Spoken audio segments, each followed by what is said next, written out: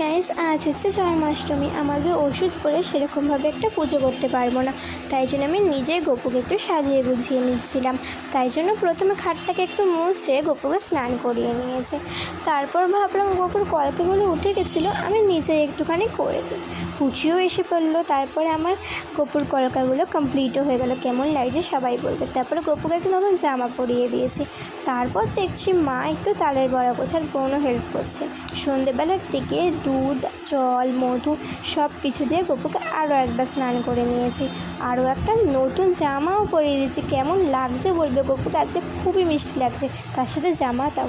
তারপর পুচি আর আমি মিলে বাকি কাজগুলো করে দিলাম। পুচি একটু বেলুন ফুলিয়ে নিলাম, আমি একটু ময়ূরের পালক দিয়ে সাজিয়ে নিয়েছিলাম। মা একটু ভোগ করে দিয়েছিল গপুকে। দেখো গপুকে কি সুন্দর লাগছে না আজকে। তারপর সবাই খেতে বসে গেল, মানে ঠাকুররা। আর এইটা হচ্ছে আমার ভাই কৃষ্ণ সেজে, কি মিষ্টি লাগছে না।